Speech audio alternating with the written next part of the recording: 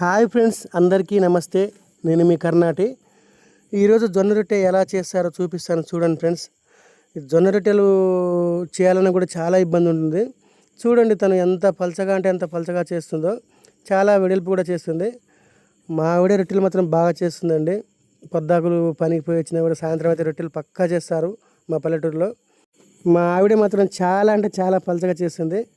First అయితే పిండి ఉంది కదా, పిండి తీసుకుంటారు. పిండి తీసుకున్నాక కొంచెం వాటర్ హీట్ చేసుకొని అందులో ఉప్పేసి బాగా కలియబెడతారు. వాటరు పిండితో కలిపి బాగా కొంచెం మెత్తగా చేసినాక పక్కన పెట్టేసి ఒక 10 నిమిషాలు ఉంటారు.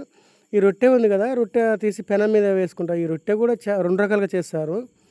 కొంతమంది ఏంటంటే గుడ్డ మీద వేసి చేస్తారు. కొంతమంది ఏమో ఇలా సిబ్రేక్ ఉంటారు కదా, దాని మీద తీసేస్తారు. వేసినాక పెనం మీద వేసినాక వాటర్ చల్లుకోవాలి. ఎందుకంటే మన ఉప్పు ఎక్కువైనా తక్కువైనా ఫస్ట్ ఈ వాటర్ చూసి చేసుకుంటారు. తను పిండి ఉంది కదా, పిండి వచ్చేసి 1 కేజీ తీసుకొని ఉంటుంది.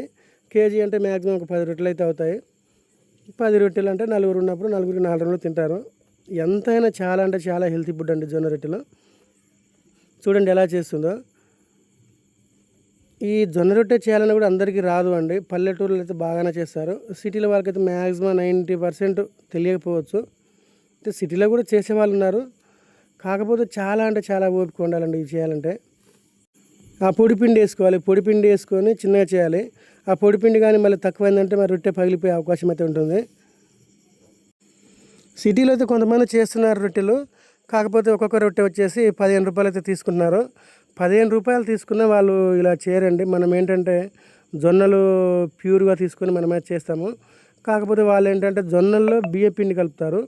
ఆ బియ్యపి పిండి కలపడం వల్ల ఏంటంటే జొన్న రొట్టె గట్టిగా అవుతుంది. గట్టిగా అవి కొంచెం పండ్లకు కూడా తినడానికి కూడా ఇబ్బంది అవుతుంది. అందుకని మనమైతే బియ్యం పిండి కలపకుండా డైరెక్ట్ ఓన్లీ జొన్నలు వేస్తాము. ఆ జొన్నలు వచ్చేసి కేజీ అయితే 60 రూపీస్ దాకా ఉన్నాయి. ఇప్పుడు 60 రూపీస్ అయినా పర్వాలేదండి. ఎందుకంటే 60 రూపీస్ పైన జొన్న రొట్టెలు తింటే చాలా అంటే చాలా హెల్తీగా ఉంటారు. వెనకట్లో అయితే మన తాతలు ముత్తాతలు అయితే ఇలా తినేవాళ్ళం. రొట్టె కూడా కొంచెం మంచిగా పెనం మీద వేసుకుని మంచిగా అయ్యేటట్టు చూసుకోవాలండి. ఎందుకంటే కాలలేదనుకో మళ్ళీ పచ్చిగా ఉండి విరేచనలు అయ్యే అవకాశాలు అయితే ఉంటాయి. ఒక పక్క ఇక్కడ రొట్టెలు చేసుకుంటుండాలి, అటు పక్క పెనం మీద కన్నేసి ఉండాలి. మనం ఏమాత్రం జస్ట్ మిస్ అయ్యామంటే ఆ పెనం మీద ఉన్న రొట్టె అయితే మాడిపోతుంది, తర్వాత తినలేము. ఇంకా ఈ జొన్న రొట్టెలు సిటీలో కూడా చేస్తున్నారండి. కాకపోతే ఒక రొట్టె వచ్చేసి 15 రూపాయలు తీసుకున్నారు.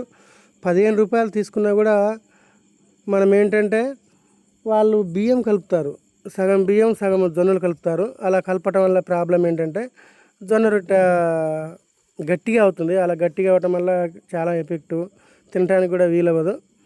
చూడండి ఫ్రెండ్స్, చాలా అంటే చాలా పలచగా చేస్తుంది. అంత పలచగా చేసినా ఒక్కొక్కసారి ప్రాబ్లం అవుతుంది. ఎందుకు అంటే మనం తీసేటప్పుడు ఏమాత్రం బై మిస్టేక్ తగిలిందంటే రొట్టె మళ్ళీ చినిగిపోతూ ఉంది. చినిగిపోతే మళ్ళీ ఇబ్బంది కదా. అందుకే చాలా జాగ్రత్తగా తీస్తారండి. మీరు కూడా తినండి, జొన్న రొట్టె చేసుకొని తినండి. ఒకసారి 2 సార్లు ఇలా చూస్తే మీకు కూడా వస్తుంది. విషయం ఏంటంటే వాటర్ మనకు తగినంత వేసుకోవాలి. వాటర్ ఎక్కువైనా కూడా ప్రాబ్లం అవుతుంది, తక్కువైనా కూడా మళ్ళీ ప్రాబ్లం అవుతుంది. చూడండి పలచగా ఉంది కదా, తునిగిపోతుంది చూడండి రొట్టె. అందుకని చాలా జాగ్రత్తగా తీయాలి.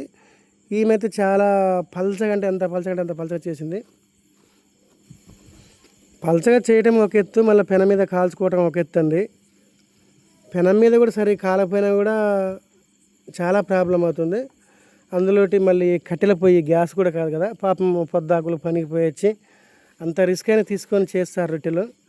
తను కూడా ఇప్పుడు ఎందుకు చేస్తుందంటే నేను డ్యూటీకి వెళ్తున్నాను కదా, సరిగా టైం టు టైం తినవు అని చెప్పి తిడతా ఉంటుంది. అప్పుడప్పుడు ఇలా చేసి పంపుతూ ఉంటుంది టైం ఉన్నప్పుడు. ప్రతిసారి తీసుకెళ్ళుంటుంది, కాకపోతే నేనే బద్ధకమై తీసుకెళ్ళను. చూడండి ఎంత అంటే ఎంత పలచగా చేసిందో. వీడియో నచ్చితే లైక్ చేయండి, షేర్ చేయండి.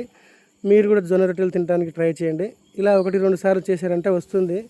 అదైతే పెద్ద ప్రాబ్లం ఏమి రాదు. కాకపోతే 1-2 సార్లు చినిగిపోయినా కూడా తర్వాతకైతే అవి సక్రమంగా అవుతాయి.